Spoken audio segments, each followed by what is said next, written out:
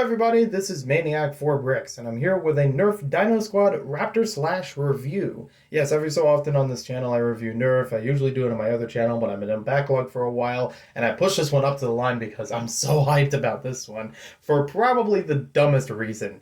It feels like a return to one of my favorite Nerf blasters of all time, the Maverick.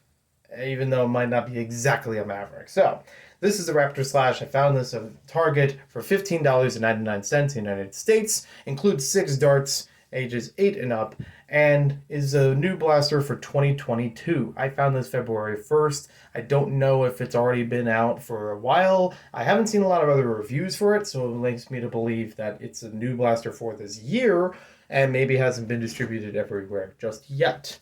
It says that it has a 6-dart rotating drum, battle... Oh, that's just different languages, sorry.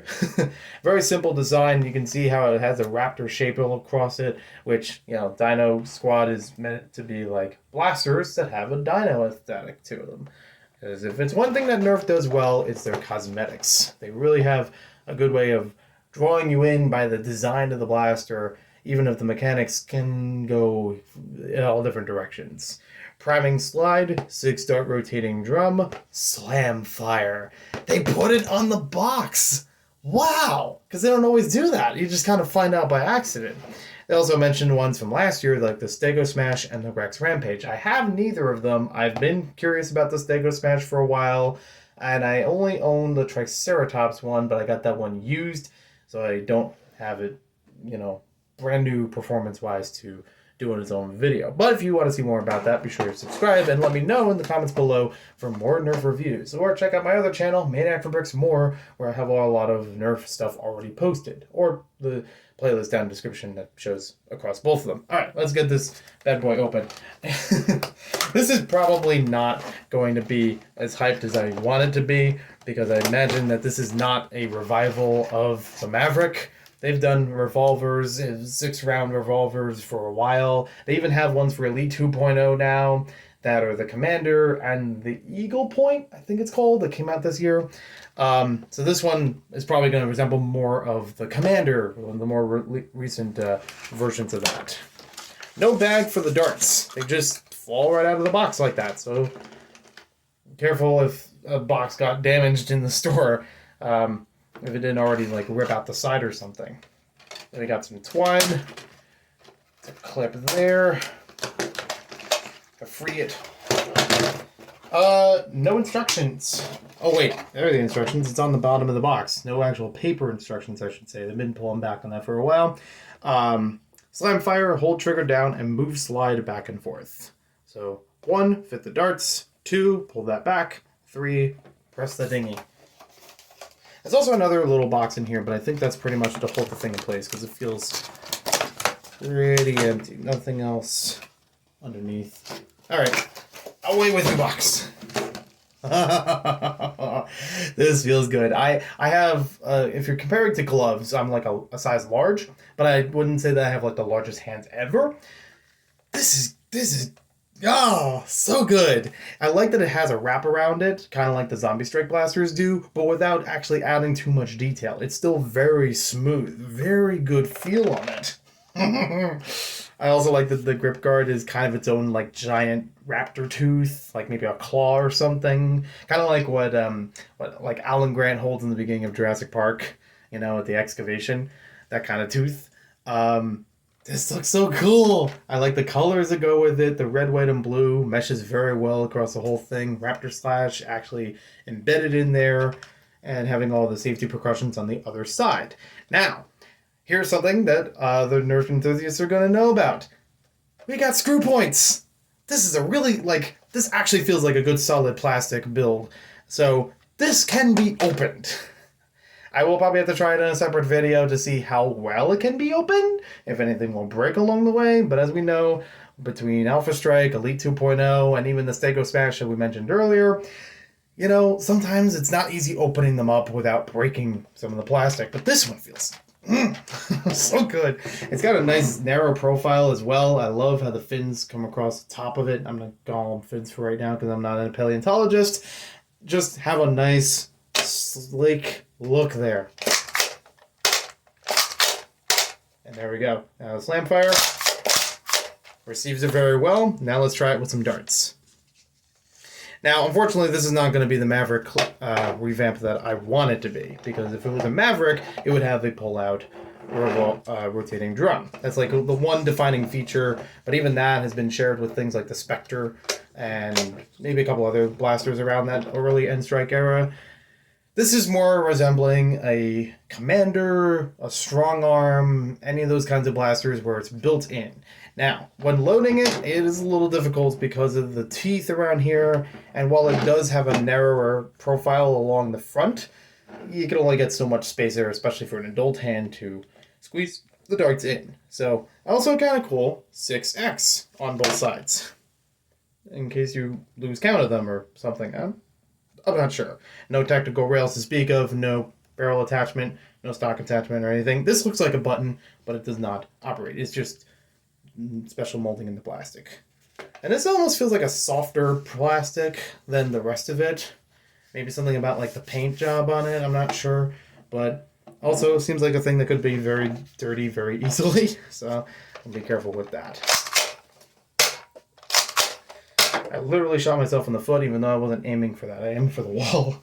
So yeah, I don't have the range because I'm literally recording this in a bathroom because it's the best audio I can provide at this time. And the best way I could record this literally hours after receiving or buying it in the store. So I'm doing the best I can. But as far as range goes, I don't know if this is really going to be a stellar hit. It feels like the prime and everything feels like a very standard pistol. Nothing that would seem out of the ordinary from like a Strong Arm or Disruptor or anything like that. Now we'll go over to the chronograph. For the chronograph, we'll go over to us. So we can test out the FPS, the other number that everybody likes. If the thing will stand up, please. Thank you.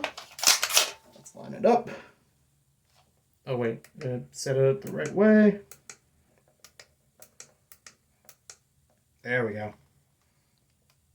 Don't worry, I'm a professional. No reading.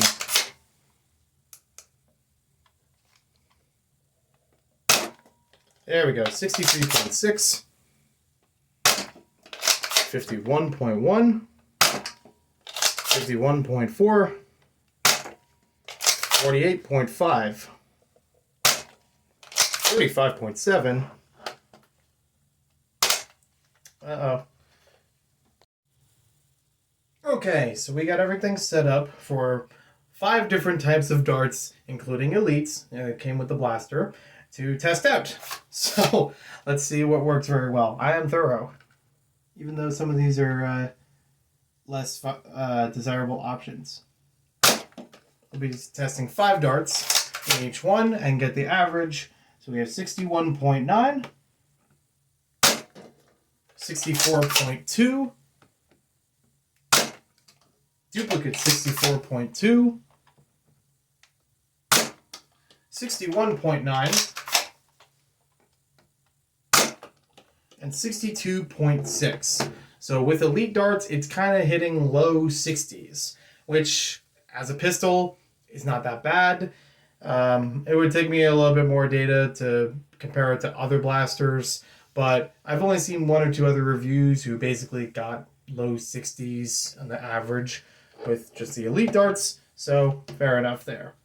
Now I'm going to load this up with some Busby darts, because it's always fun to try that out and see if we get something different.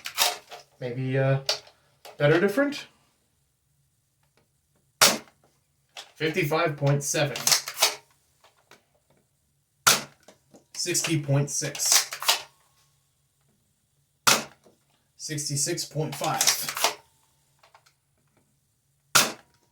53.1, and 60.0 exactly. So they're almost less. The best we had was 65, and the lowest we had was almost 55 or so. So it's like, yeah, I don't think many people are going to be using them in general, but it's still worth trying it and seeing if anything changed. Because you never know. Sometimes a blaster works better with another type of darts. Now we're going to get even more obscure. We're going to be using Connect's K-Force darts, which are basically expired and discontinued, but I have them around and they're fun. 63.6, 61.0, duplicate 61.0, 61.3, and 56.0. Up to that last shot, I was going to say that at least they're consistent. They were almost exactly 61. But that last one and one of the early ones seemed to be drawing away from it, and it's okay. At least it's somewhere like middle ground, and it's not awful, but it's not terribly, improved. So now we're going to try with X-Shot darts. 65.9, 62.3, 63.3, 62.6, and 63.6. So we're still hitting like mid-60s, a little bit in the low 60s, which is just okay. Again, this is a pistol, so I guess we can't really expect too much out of it, but also think about the darts themselves. So let's see if our good buddies Adventure Force will pack a bigger punch. 63.6, 65.2, 62.3,